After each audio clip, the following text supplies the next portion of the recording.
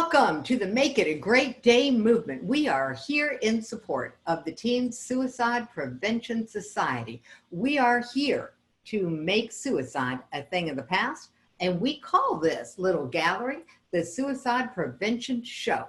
Why? Because we're going to show you that suicide is not something to avoid talking about. We're going to show you multiple pathways out of any place that does not feel good, any place that might be dark. Why? Because if you know there's a path out, you will not get to a point where you think the only way out is to take your own life. See, we know suicide occurs in isolation. We know that suicide occurs when that's the best option you can see at the time. Our whole goal, make sure you know there are other options. So here's the deal. Our next speaker, he's going to be up here in just a second. I'm moving my picture out of the way, is Scot Conway. He's a martial arts grandmaster. We're going to be talking about this whole concept on falling and getting back up. But I'll tell you the reason why I invited Scot to come and speak. One, he's one of those people who writes more than I do, so I want to find out some of his secrets. And the other is that he's one of the most gentle souls. And I didn't expect that in someone who practices as many different martial arts as he does. So without further ado, hey, Scot, let me see if I can find you. I know you're in here somewhere. So I've got you unmuted. No, I can't either. You're going to have to turn on your video. You're going to have to turn on your microphone. There you are. Oof. Oof. It is magic, isn't it? I mean, imagine this. It hasn't been all that long ago. This wouldn't have been possible. We'd have had to be taken on airplanes and going to different places. Yep, and I can't tell you how excited I am to get to join you for something in support of suicide prevention. This is magnificent for me. Well, now you got to explain that. All right, so tell me why. Well, a big part of it, and you and I have talked before, so you know that one of my books is specifically geared toward what I call warrior pain. And that is when our strongest are faced with their darkest moments. And I have actually some interesting recent insight just this year, post finishing the book, that has really struck me about that whole thing. Mm-hmm. Okay, so, tell me more. Because wait, first, what's the name of this book that we're talking about? Okay, well, the name of the book is called Warrior Pain. Okay. And it's available on Amazon. If you search Warrior Pain and then put my name in it, spelled correctly, Scot with one T, then you can find that, and that is available there. But the biggest curious insight I had came in January. I am brand new to kind of the marketing world and this whole information space. And I was on this cruise in January with all of these marketers. And for the first time, I'm at one of these events looking at, okay, how do I do this? How does this world work? And I had this fear, this intense terror. Now, I'm a martial arts grandmaster. I've been doing martial arts since 1971. I'm a lawyer, so I walk in front of judges in court, and I deal with like high stakes negotiations, and yet here I am, I'm on a cruise. It's like a half social, half business event. And I have this like heart racing fear. And part of what I realized is because I'm a 9th degree black belt, it's been a long time since I've been a white belt who has no idea what he's doing. And I realized part of what it was the contrast between always being the master and suddenly being the novice who has no clue. And it struck me that sometimes that's been the problem with some of our strongest, is that we get so accustomed to being on top of things. We get so accustomed to being the strong one, the tough one. Mm-hmm. And especially when we're talking about our combat veterans, where we've been under fire. We've literally had bullets whizzing by our head. But the difference is like, well, we were trained for that. we knew exactly what to do. There's rules of engagement. There's this whole process. We know what to do. We've got the team, and the team knows what to do. But then sometimes we hit these dark moments and we feel like, if I can take bullets whizzing by my head, why does this hurt so much?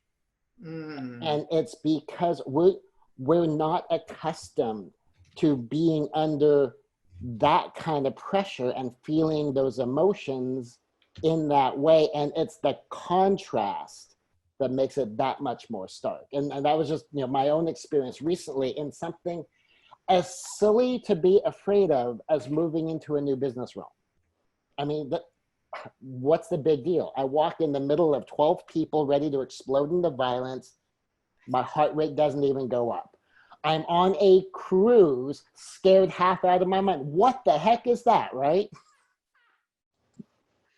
Since that's where we met, it explains a lot. I had no clue because you were really a fish out of water, even though we were on the water. Mm-hmm. All right. So how'd you get over that? Well, just keep moving forward step by step and learning the next thing to do and learning the next thing to do and just, yeah. And it's the same way combat veterans are trained.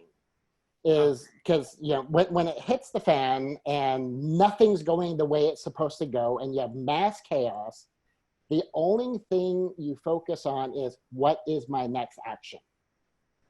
Okay, so battle drills. I'm a military brat. I'm a soldier's daughter. So battle drills, so that you don't have you have something that your body is still going to do even if things have gone to crap. Yep.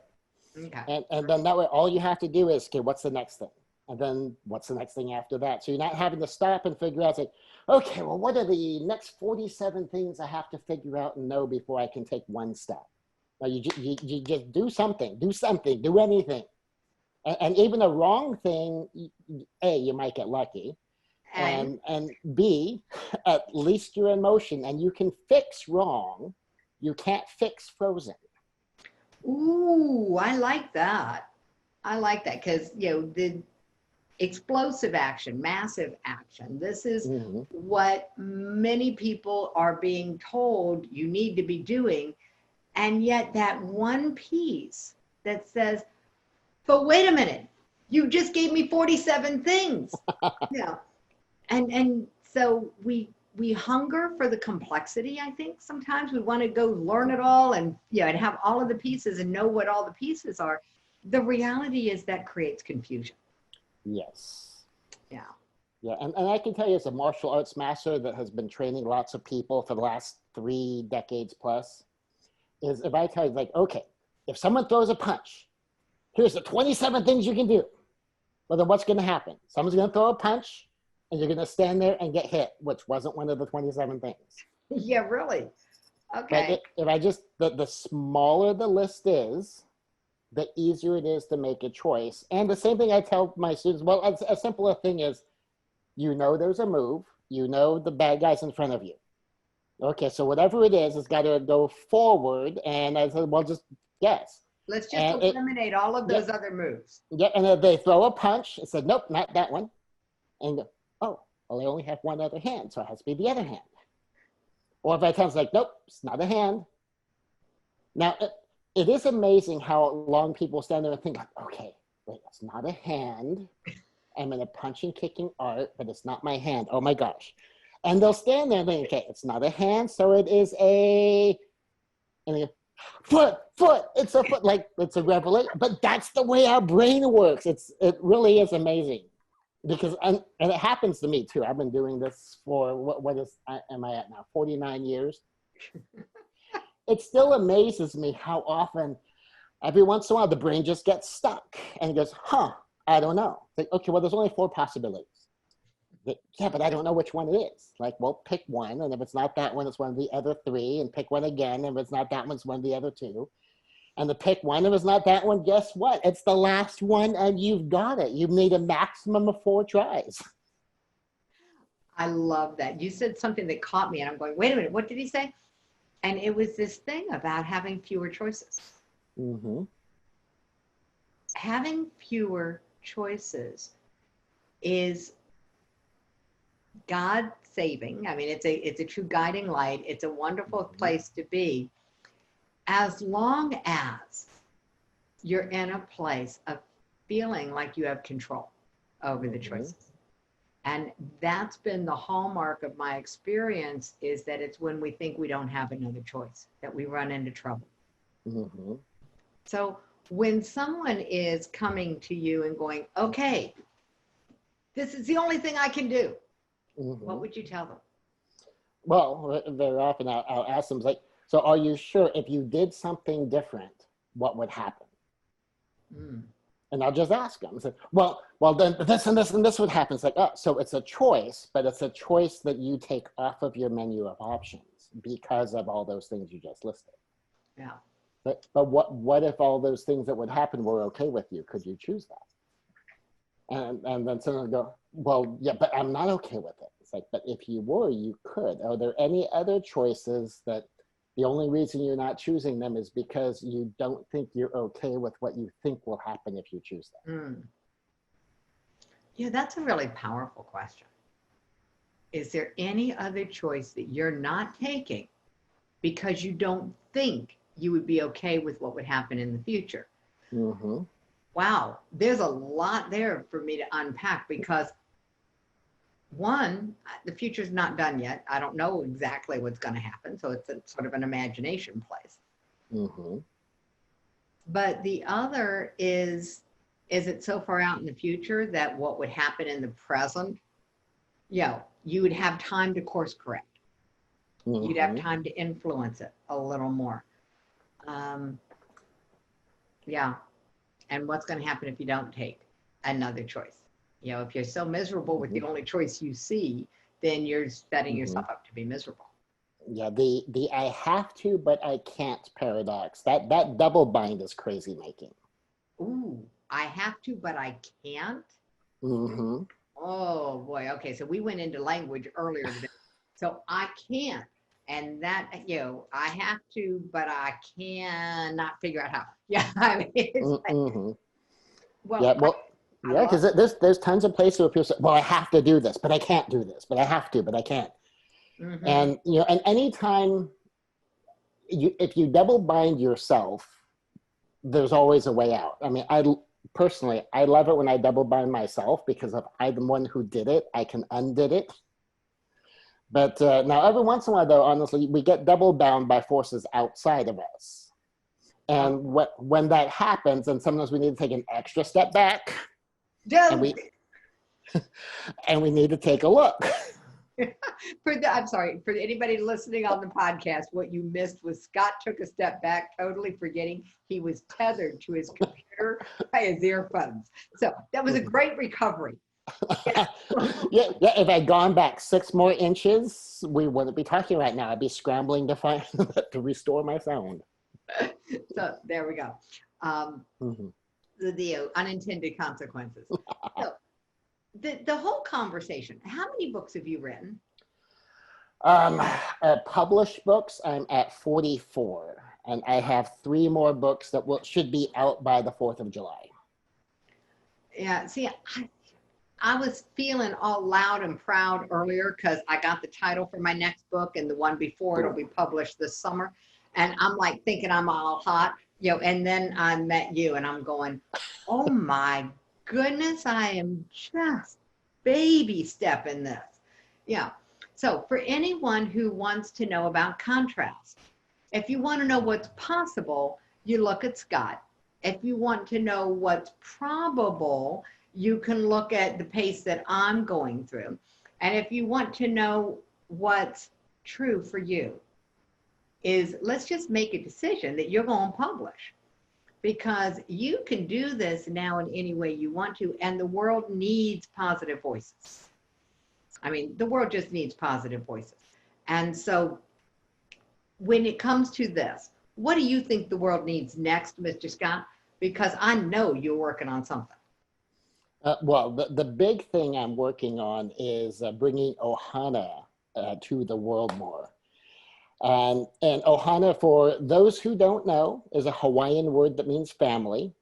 For those who think like, well, that sounds kind of familiar. Where have I heard that? You have probably heard it said in Lilo and Stitch.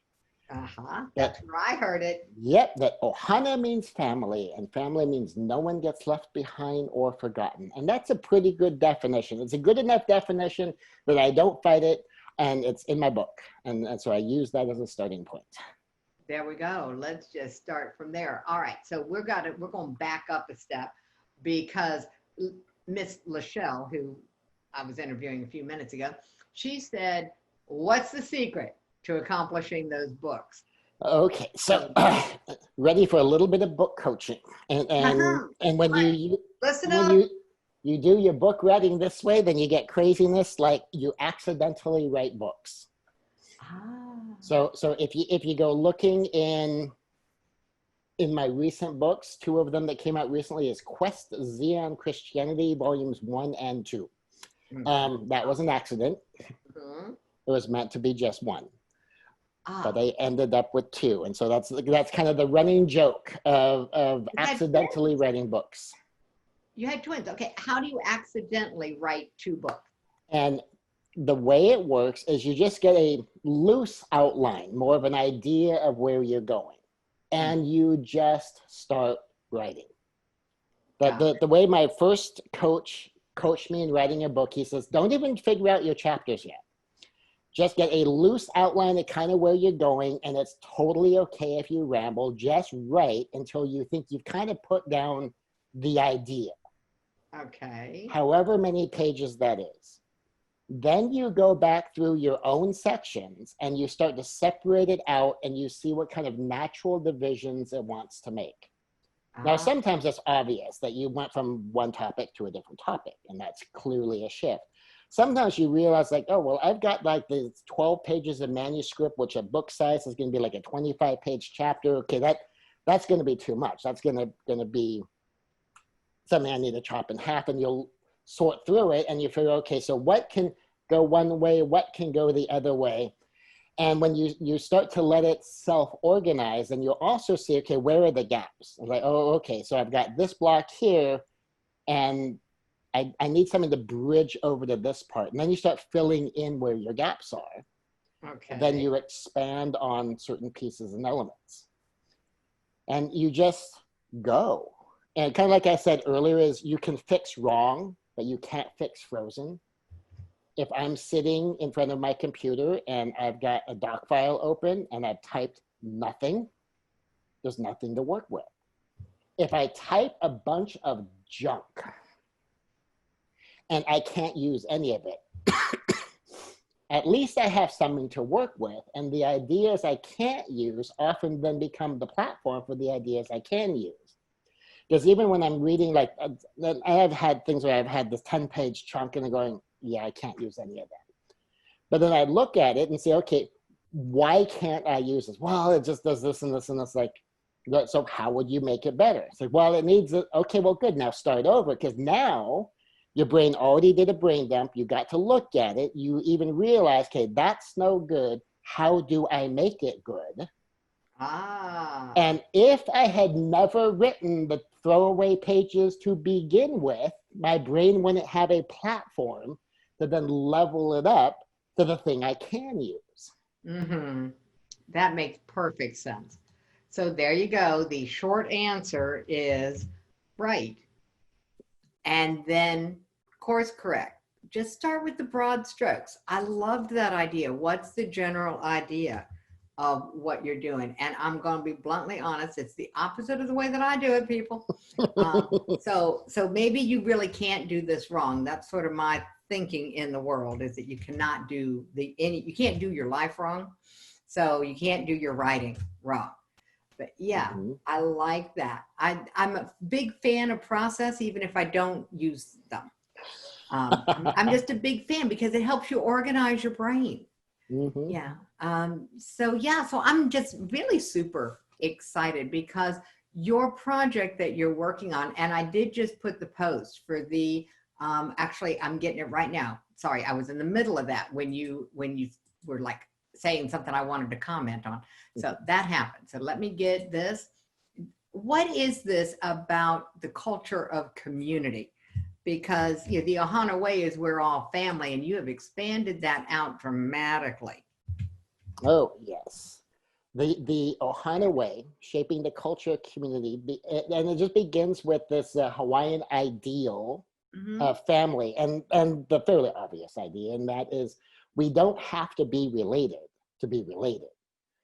And so, even when I was growing up, my mother built Ohana kind of on our street, and so it wasn't Maureen's mom, it was Aunt Lisa, Aunt Jordan, Uncle Bruce, Uncle Mike, and all of the kids were treated like cousins. And so we had family rules. And even when I was older, it's still family rules at the house. Like, you get to be a guest once, and we treat you like a guest. The second time, you're there as a friend. The third time, you're family. You know the rules. It's just and you just go do stuff. And so we give you two times to get used to the Conway house, and now you're family.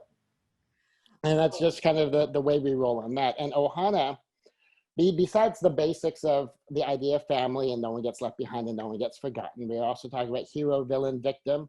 The hero is the one who makes it better. The villain is the one who makes it worse. And the victim is the one for whom it is made worse. Oh, okay. So say that again, because that was a way I've never heard that expressed before. Okay, so hero, villain, victim. And so this is just a framework when I'm troubleshooting. The hero is the one who makes it better. Okay. The villain is the one who makes it worse. Okay. And then the victim is the one for whom it is made worse. Got it. Okay. And say for you and I, for instance, if we had a problem and let's say that you did something I didn't like, or actually, let's even rephrase it. I think you did something that I didn't like, and you may have no idea because you didn't actually do it, but someone told me, well, Jackie did it, and they might even have been truthful. They were just talking about a different Jackie. Oh, yeah. And so now I'm mad at you. And I can have a talk about how you're bad and how you're wrong. Well, ultimately, if there's a problem, do I want you to help me make it worse, or do I want you to help me make it better? I want you to help me make it better. That means it's an invitation to be a hero. Yep. And so my ultimate goal is to recruit you as hero. Why would I open the whole conversation with the you're a villain, you're a villain, you're a villain? Because A, I'm not solving the problem, but B, I am actively working to convince both of us that you are the opposite of what I'm actually trying to get you to be. Okay, so good. I'm glad I'm not confused, because I'm confused. I'm confused because that's confusing. It is. It's exactly backwards. And how often do we as human beings do stuff exactly backwards? Oh, yeah. Okay, so I get accused of asking for what I don't want. We call it complaining in my household. So if you're complaining, you're actively asking for what you don't want. And that's what it sounds like. If I'm complaining or angry and I'm talking to you about, somebody done me wrong song, kind of refrain, I'm not asking you to make it better. I'm just accusing you of making it worse. Yep. And here's a big thing. People say, but if Jackie really did something wrong, and isn't she the villain? Said, well, no, I love Jackie and I want her on my side. We are partners. The villain is the problem. And she and I are going to gang up against this villain. It's me and Jackie versus the problem. And when we team up, that problem stands no chance. Got it. That's a wonderful way of looking at it. So a pause button that says, if I think someone did me wrong, what's the problem I now want them to help me solve? There we go. I can do that. We're going to circle back around it because this is a really good conversation. So I want to let people know, I'm not ignoring the chat. I know we got questions there, but I want to stick on this conversation for just a minute. So moving into this space where you understand that the person who makes it better is the hero, person who makes it worse is the villain, and the person who it has gotten worse for is the victim. This makes it very objective. You get to not guess who you are in the story. Now there's always the person who accidentally makes it worse. But yeah, Yeah. you get, yeah. So will you tell me about that? Because Well, that's how I've been known to accidentally make things worse. well, and I always assume people are unintentional about making it worse. Um, I like that. I just always assume people are unintentional. mhm. and that it's not the person who made it worse, it's the problem that makes it worse. Got Now, it. the problem may have gotten to me through you, Mm-hmm. but you're not the villain. The problem is the villain. And here's part of how you can tell. What if I had that exact same problem, but with a different person? Oh, you'd have the same problem. I'd have the same problem. Okay. What if I have you, but we don't have the problem? That's a possibility. I could do Yep. that. So therefore, doesn't that tell us that, well, then the problem's the villain? Because no matter how the problem got to me, I wouldn't want the problem. There we You go. can't be the villain, because if we didn't have the problem, nothing would be worse. All right. So before we go into anything else, I just want to make sure that that's clear for everybody listening, that this makes sense to you all, because I think this is like a foundational relationship skill. When you can sort out the problem from the people. Yeah. So I think that that's really important. So yeah, so there you go. And so they could not see that, but I will answer it. So your job is to not chat, because the chat in Zoom webinar is different. So just so you all know, Scott answered the question, but nobody can see it. If the answer to the question, and Paula, this is your question, and for everybody's benefit, the question was, do you take your notes in digital format or in manual format? And of course, then I'd go digital. Are you recording it with your voice, or are you typing it? Scott's answer covered it all. His answer was yes. Digital or manual, either and both. So back to, you can't do it wrong, people. So we'll come back to the profound, because I'm delighted that the conversation is serving you all. If you can't do it wrong, maybe we could project that out and intentionally project onto other people that they didn't do it wrong either. Mm-hmm. And then we can just say, what's this problem that I don't want? So let's fix it. And we take all the personality out of it. It's a very objective. Yeah, and that's fundamental of Ohana, because if you and I are having a challenge, and I'm Ohana, I'm family, how do I want you to come to me? Do I want you to ascribe negative motives to me? Or do I want you to assume you're my Ohana, your family? Of course I love you. Of course I wouldn't hurt you on purpose. I'm not sitting there going, how can I really mess up Jackie today? I mean, I'm not doing that. Now, I may end up doing something that really messes up Jackie today. I mean, like what if I had my times all wrong and I didn't make the conversion on time zones, and it's time for me to start and you can't find me and Katie can't find me? Well, that I kind of messed things up for you a bit. But I would trust that you know my heart, that, okay, I don't know what happened to Scott. I know he's not doing this on purpose. Maybe he's having a tech problem. Maybe he's having a time problem. Maybe his internet crashed. I don't know. But you're not going to assume that I sat around going, I've got a scheme to mess up Jackie. I hope this really annoys her. So that's how I'd want people to come to me. So, I mean, Golden Rule 101 says, well, then therefore, if someone's your Ohana, if just trusting in people's humanity, I'm going to come to you the way I would want you to come to me. So when Ohana's hard, Scott. And it does get hard sometimes. There are moments when Ohana's hard. And I didn't realize how hard it would be until I was working on something that I called the 4 Truth Path out of Shouldville. And my 4 truths were: no money I've ever spent was wasted, no time I've ever spent was lost, no word I've ever read was useless, and no person I've ever met was evil. And I got pushback from 2 different groups. The first group that gave me pushback was the positive psychology world, that allowed me to remember my own training that the word no is not heard in the subconscious mind. So basically, I was reinforcing what I wanted to tame in my elephants. The other people who pushed back on me in a big way, were the people who absolutely knew in their bones that they had met people who were evil.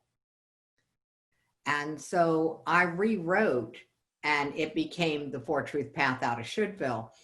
And it's totally reframed, but it struck me as, what if Ohana includes someone who, by the definition I was given, had evil as far as their actions, their intent. It was intentional action of harm.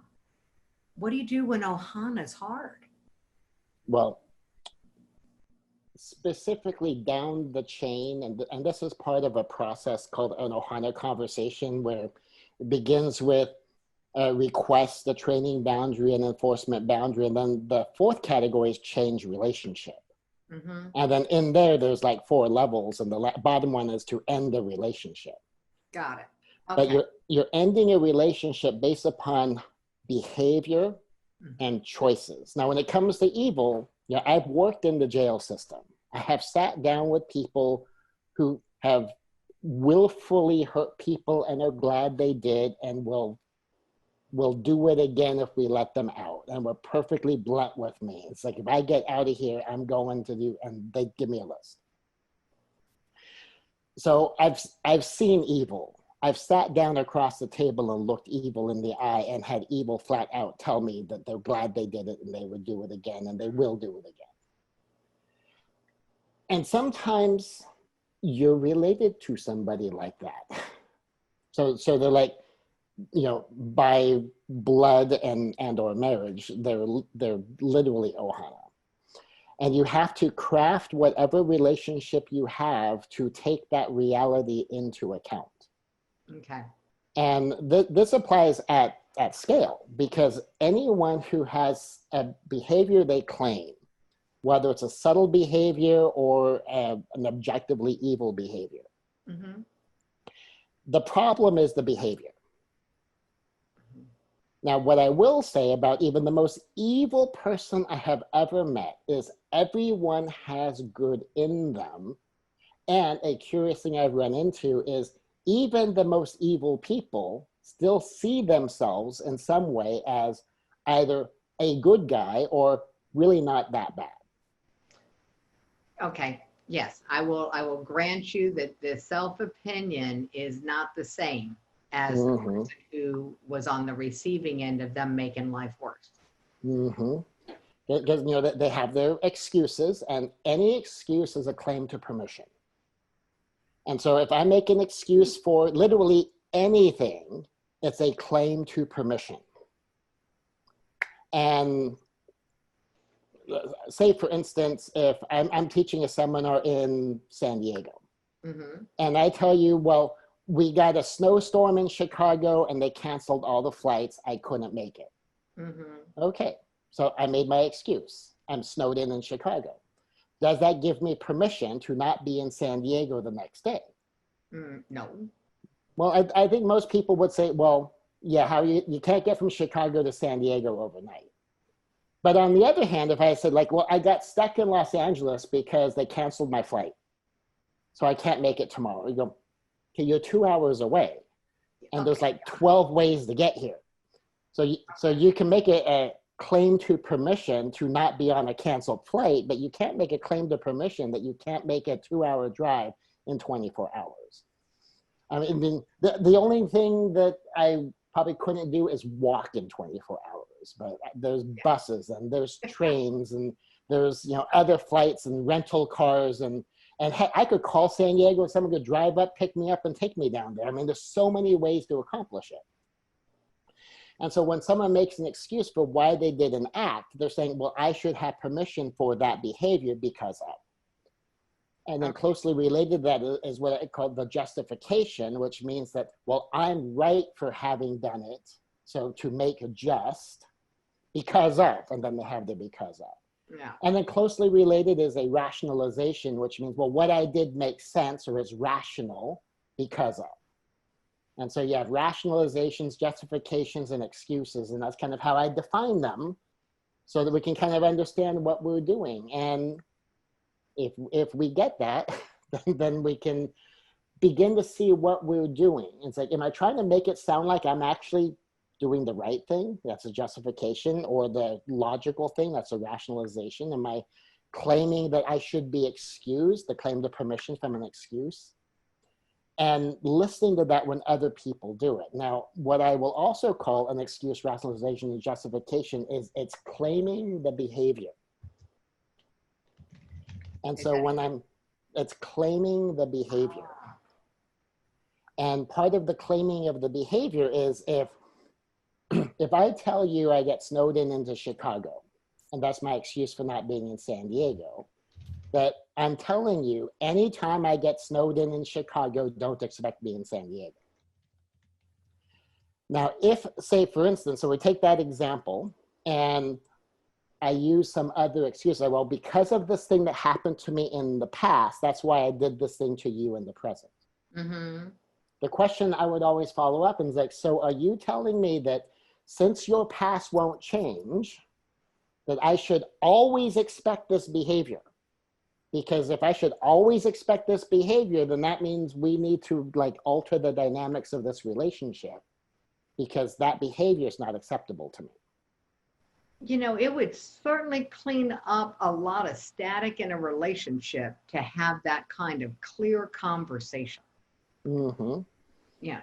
Yep. So, yeah, this expectation of it's based on the past can't change. So I would rationally expect you to always do this.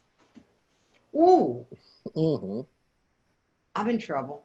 Okay. The key to change is awareness. So now that you are bringing this to light, I'm realizing that there's an uncomfortable awareness is coming up for me.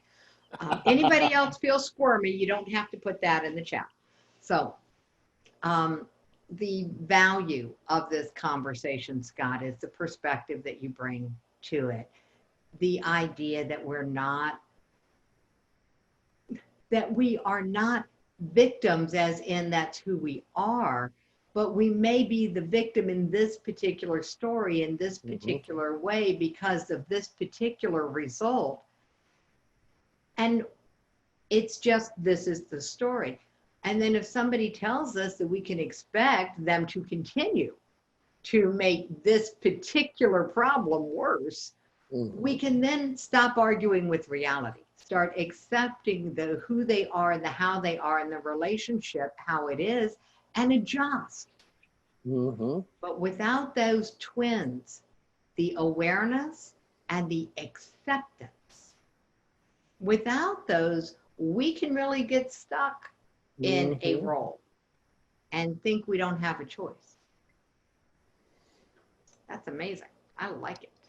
Yep. And I'll tell you, two traps we have is when we lock ourselves into this idea that we have no choice. And then the other trap we run into sometimes is this idea we have too many choices. Either one of which is a psychological trick our brain plays on us to keep us frozen. Aha. And I like it. And there's a lot of reasons for that. And so long as we recognize, regardless of which side we're doing, is the moment we feel frozen and the moment we feel locked in, that is our warning that, okay, my brain is playing a trick on me. Oh, you mean it's not the other person? Nope, it's my brain playing a trick on me. Aha. Because the moment I think I have no options, chances are I'm just not seeing something because my brain is conditioned to not see the options I don't want to take responsibility for. Okay, whoa. Say that one again. It says my brain is conditioned to not see the options I do not want to take responsibility for. Oh, give us an example, Scott. Okay. Well, I'll use a financial one, since so many of us are struggling with some of the stuff during COVID. So if I look at my business and go, well, I can't do this because of that. And it could be any of this and any of that, but I'll use me in particular. So if I'm trying to launch a business around the power of Ohana, and in the last 2 or 3 weeks, man, have I seen the need for it.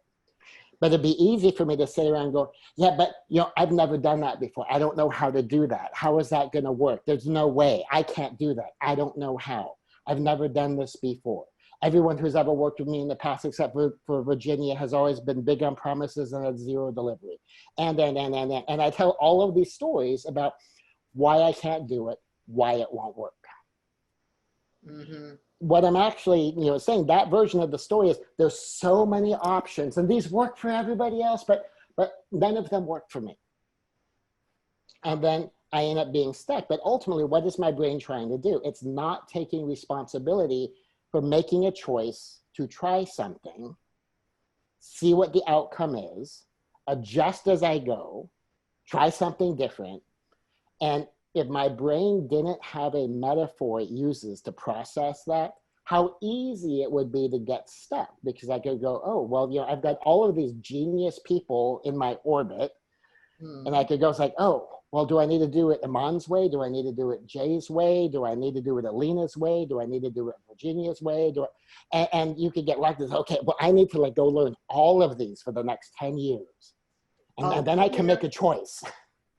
Yeah. I said, well, no, I can just try something. But I have a martial arts metaphor. Okay. Because when something's happening to me, and I'll use jujitsu as an example because it tends to unfold more slowly. If someone's on top of me in the beginning to get a choke and that's it, I'm just choked. I have a ton of opportunity. But if I just want to blame them for choking me, then I just let it fine, there's nothing I can do, and I'll tap out and hope they let go. But if instead I'm going, okay, well, how many escapes do I have from this move? How many ways do I have to adjust the position? And it may begin with I don't know, I can't see anything from here, but if I have an instructor off to the side, it's like, can you see anything from there I could do? I could even ask my training partner, what am I supposed to do from here? And, get some ideas, get some coaching. I could even just try a bunch of random things, and who knows, you could get lucky. I mean, one of the funniest self-defense things that I heard of is this white belt in one of my friend's studios had a bully in his face, and he did what's called a one-step start, where you step back and it's a low block, and you step in and it's a high punch. It's meant as a setup for a drill, because you're literally stepping back and showing the person, okay, this is the hand I'm going to punch with, and here it comes. Well, as it worked out, this bully, when he stepped back, is going, what the heck? What are you doing? And then stepped in and punched him, bam, punched him in the nose.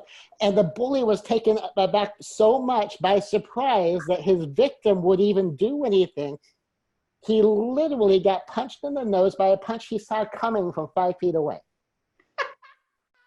So sometimes you can do something that's completely inappropriate to what you would think the circumstances are, and it works. Because he knew, if I do nothing, I get beat up. If I do something, I probably get beat up, but maybe I don't.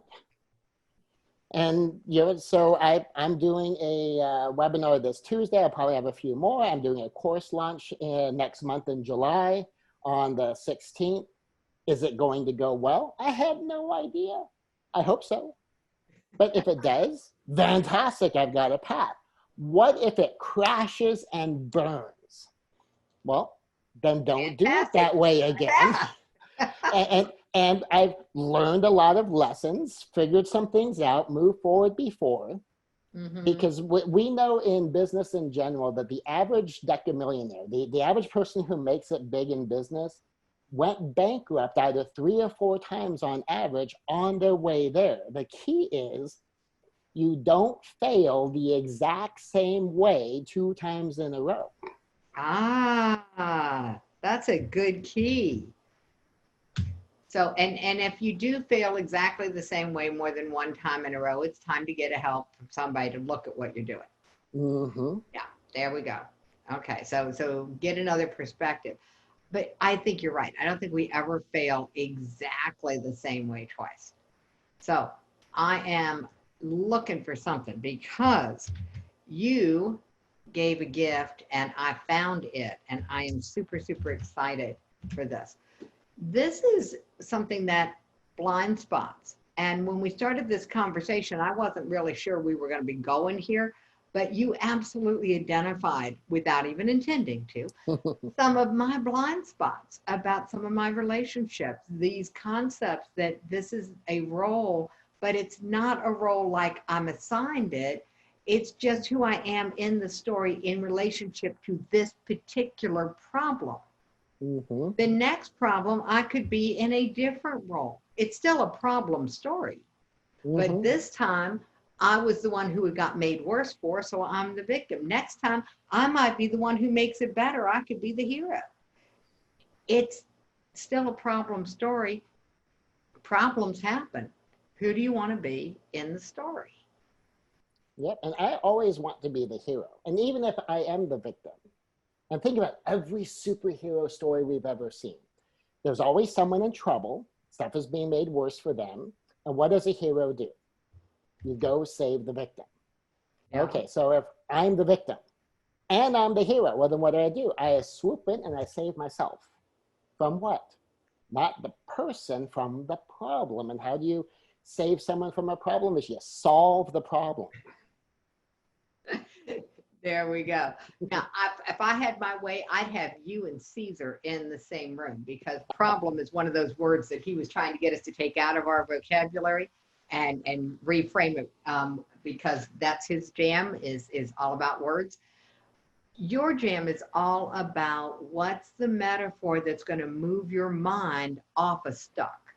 That's what the metaphor that's going to move your mind and melt the frozen. I'm going to go with alliteration here for you. That's what I'm hearing from you. The martial arts metaphor that's going to move your mind and melt the frozen. There we go. We're going to get a lot of M's into this. Why? Because it's fun to do this with you. Cool. All right. So what do people need to know about your gift for them? Because I want to make sure that you can explain it while we have time. Okay. Well, here's the short version of the leader and the blind spot. If you have influence with other people, you are a leader. Now, if you are in charge, you have a leadership responsibility. Okay. If you are not in charge, but you have influence, you have a leadership position. And part of what I say from my point of view, everyone's a leader. When I have one of my 4-year-old kids from my karate class come up and say, "Can we do 2 hand strikes on you?" They are exerting leadership. They have made a decision and they're trying to create an outcome. And whenever I say yes, and I have a habit with the kids, I'll say yes unless there's a reason I have to say no, because I am cultivating the leader in them. So my view is we're all leaders. But if you have the responsibility of leadership, if you're a parent, if you're a manager, if you're a supervisor, absolutely responsibility level. And then blind spot is the things we don't see.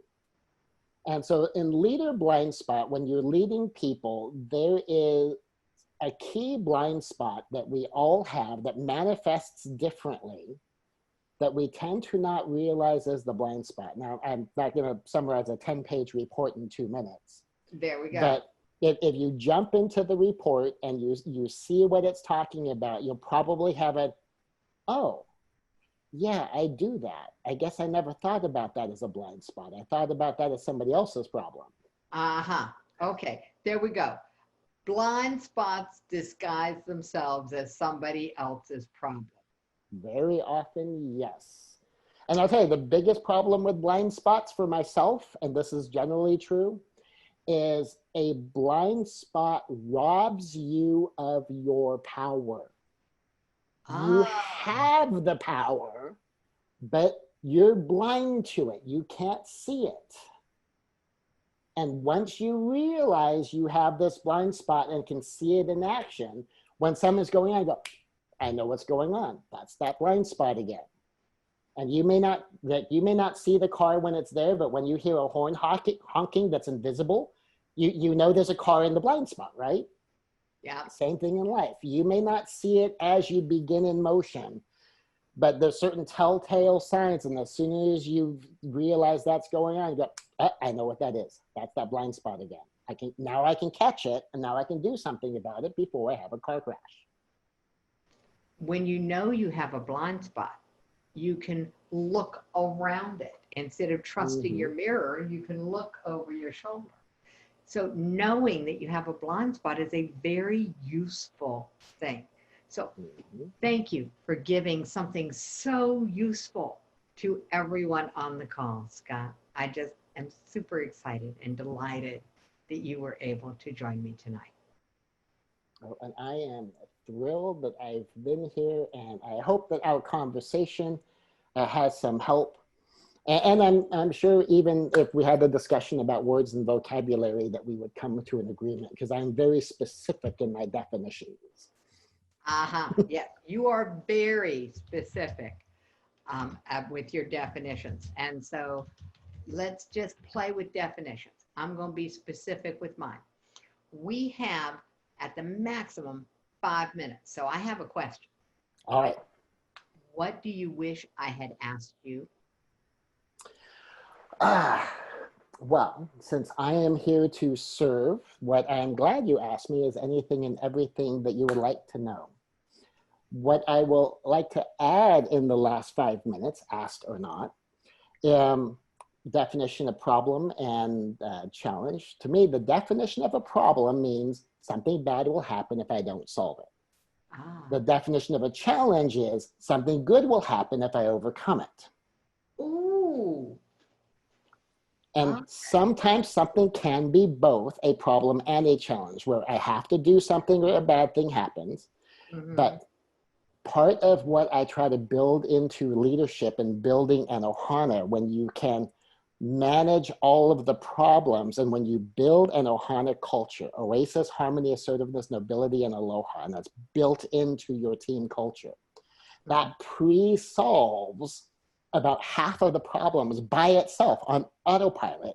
And then the other half you can solve very easily and smoothly. And then what that does is it shifts all of your available energy from putting out fires to choosing the challenges that will best serve you, and to go pick the things to move you forward in the most powerful, meaningful ways in your life. And that's part of what I'm after, teaching people the Ohana way and how to have these Ohana conversations, and how to embed the culture of connection into the DNA of their companies, of their groups, of their client communities. You know, that is so beautiful. I loved that. All right, so we're going to have a whole bunch of stuff coming up. I am absolutely certain that there are going to be people who are going to say, oh my goodness, that was an interesting definition between challenge and problem. And so my challenge, which is going to have a really good result when I get it solved here, is that I'm taking all of the links that I put in here for you all, and I'm going to grab them all and put them into one post, and I've almost got it done. And the problem is that I might run out of time. Done. Oh no, I sent it to Katie. I meant to send it to everybody. Oh, here we go. Now that was close. Cut and paste. Cut and paste. Here we go. Cut and paste, and change the setting, and click here, click there, paste it in, and there they are. Okay. Boom. So if you all don't know this, you can save the chat. You could go down to the bottom right, click on those 3 little dots, and just hit save, and then it's going to save all those links for you, or they're hyperlinked. You can have them. So, Scott, amazing conversation. Thank you very much for your gift, and the gift of your time, your presence, and your perspective. Well, it has been a joy to be here, Jackie, and you know I love you and I adore you, and I'm glad that I had the opportunity to contribute to what you're doing here. We're making it a great day, Scott, and together we're going to make suicide a thing of the past, because it's all about that perspective. So everyone, enjoy the links. Scott, enjoy your journey. Thank you very much. And Jackie, as I wrap up whenever I'm online, Aloha.